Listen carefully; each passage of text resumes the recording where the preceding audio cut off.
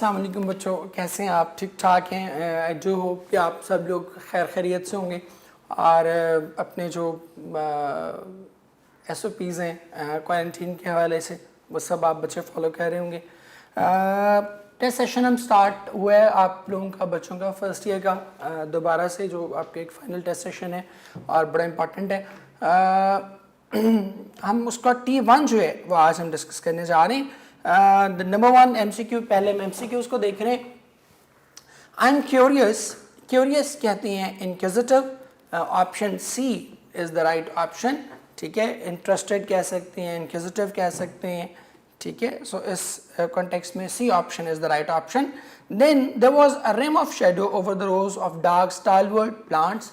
स्टालवर्ड्स कहते हैं strong, study, ठीक है, सेहतमंद के मानों में जो है, मजबूत के मानों में जो है आता है। The man puts his finger to his lip conveying silence, ठीक है। कन्वेइंग यहाँ पर है सजेस्टिंग, इंडिकेटिंग, इस कॉन्टेक्स्ट में आप उसको यूज़ करते हैं।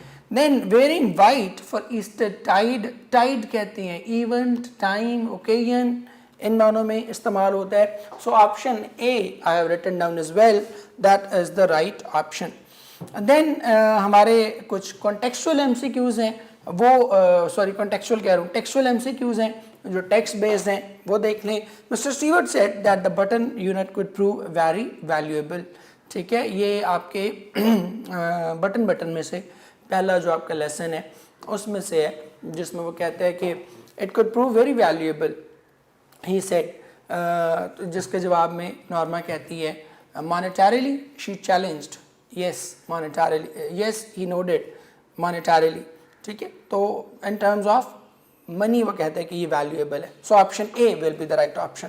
Then according to Mr Bittering all dead cities have some kind of ghost in them, ठीक है। ये थर्ड लेसन का हमारा, जिसमें वो कहता है कि घोस्ट, अ मेमोरी, ठीक है। तो घोस्ट जो है that is the right option. Then why does he sit in the dark. अभी देखिए, he sits, he sat, he is sitting, ये तीनों जो है ऑप्शन, अगर हम MCQ नंबर 7 की बात करें तो ऑप्शन ए, बी और सी, ये तीनों जो हैं इनमें से कोई भी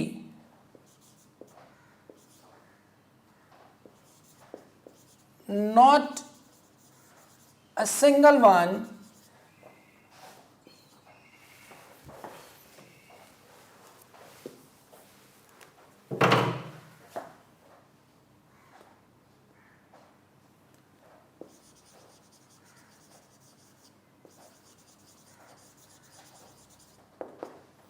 उनमें से कोई एक भी जो है वो सवाल कन्वे नहीं कर रहा, ठीक है।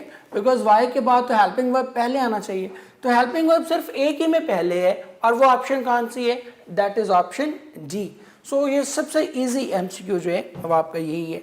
देन अगले में आप देखें तो उसमें फिर यही ऑप्शन जो है यही है। नंबर 8 में अगर आप देखें तो नंबर 8 में देखें ऑप्शन ए, ऑप्शन सी और ऑप्शन डी, ये तीनों के तीनों जो हैं इनमें से भी कोई भी क्वेश्चन कन्वे नहीं कर रहा, ठीक है। Why you have been doing, तो वाई यू हैव बीन तो नहीं आएगा, हैव यू बीन होना चाहिए। Why you do, why do you हो सकता तो फिर समझ आती थी। इसी तरह वाई डिड यू होता तो फिर भी लॉजिकल होता, लेकिन ये चूंकि तीनों ही नहीं है, तीनों ही क्वेश्चन कन्वे नहीं कर रही बल्कि एफर्मेटिव ऑप्शंस हैं, तो इसलिए हम क्या कहेंगे, हम इसको option B will be considered the right option. Why did Norma remain true to her husband, क्यों अपने हस्बैंड के साथ वो लॉयल नहीं रही थी? इसलिए because she was money hungry, she was a greedy woman, और she wanted to get $50,000 at all cost, हर कीमत पर वो $50,000 लेना चाहती थी, इसलिए वो अपने खामद से उसने जो है वो बेवफाई की थी। What was the condition of their house? It was piling away, ठीक है, बहुत ही बुरी कंडीशन थी, और जो उसके बोर्ड्स भी सारे टिल्ट हो गए थे और ये सारी चीज़ें थी। How did the second man accuse the first man of lying? उसने इसलिए एक्यूज किया था because the first man tried basically to hide the truth, hide the fact that there was a girl in the room. And because he tried to do so, that's why the second man accused him of lying.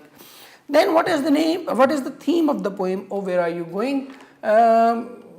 Theme वही है कि there are two forces, always there are two forces in our lives. One is the positive force, the motivating force, and the other one is the negative force which keeps us away from doing anything. तो यही इसका theme है. Then write a letter to your foreign friend telling him about your country. आपके notes में ये मौजूद है, application भी, letter भी. Then explain the following lines with reference to context. Reference to context के हिसाब से जो है आपने ये लाइंस जो हैं ये डिफ़ाइन करनी है कि किस तरह से ये लाइंस जो हैं आती हैं. और ये मुझे याद है आप बच्चों को बहुत डिटेल से तफसील के साथ जो है वो पोएम पढ़ाई हुई है कि शीप डॉग्स जो है वो बेसिकली किस चीज़ के सिंबल हैं, और जो उनका सोना है विद पॉज अक्रॉस ये किस चीज़ को सिंबलाइज करता है. देन ये जो है कि in the form she passes no one wakes, waking of no one, ये किस चीज़ को रिप्रेजेंट करता है. एंड और जो जेंटल शेकिंग ऑफ द जग है ये किस चीज़ को रिप्रेजेंट करती है. आपके नोट्स में भी जो है ये चीज़ें अवेलेबल हैं. इसके बाद आपके पेयर वर्ड्स हैं, अगेन फिर मैं वही कहूँगा कि आपके नोट्स में अवेलेबल हैं, आप इसको जो है वो देख सकते हैं उससे. ठीक है, ट्रांसलेशन मैं आप लोगों के लिए जो है वो एक बार कर देता हूँ. माई क्यूरोसिटी वॉज अरोज्ड, मेरा तजस्सुस बेदार हो चुका था. अरोज कहते हैं बेदार हो जाना. I thought he had found a new kind of a wild grass. Wild grass यहाँ पे कहते हैं खुद रॉ घास, जंगली घास नहीं कहेंगे. मुझे महसूस हुआ कि शायद उन्होंने जंगली घास की कोई नई किस्म और एन अनफेमिलियर हर्ब या फिर कोई गैर मामूली जड़ी बूटी और a new kind of a tree या फिर कोई नई किस्म का दरख्त तलाश किया है. For I remember the time he had found a coffee tree in our words, क्योंकि मुझे वो वक्त याद था जब उन्होंने हमारे जंगलात में कॉफ़ी का एक दरख्त दरियाफ्त किया था. It is as far as I know the only one of its kind growing in our country. जहाँ तक मुझे याद पड़ता है हमारे मुल्क में उगने वाला ये अपनी नौइयत का वाहिद पौधा था.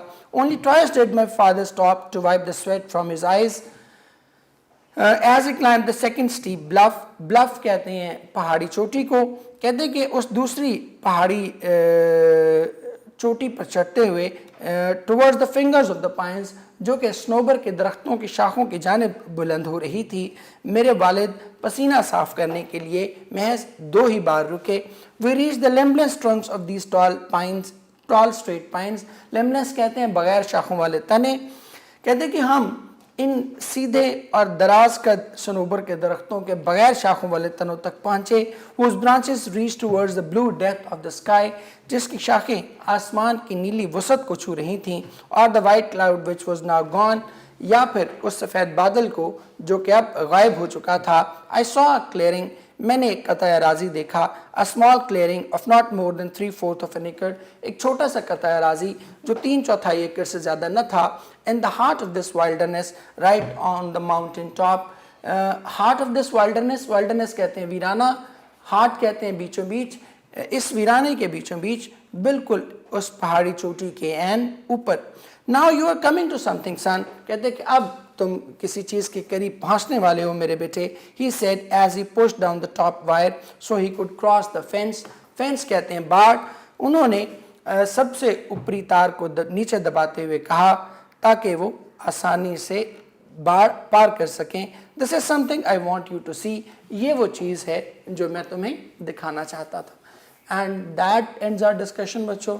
एंड पे फिर वही कहूँगा, बार बार आप बच्चों से कहता हूँ, स्टे होम, स्टे सेफ, घर पे रहें.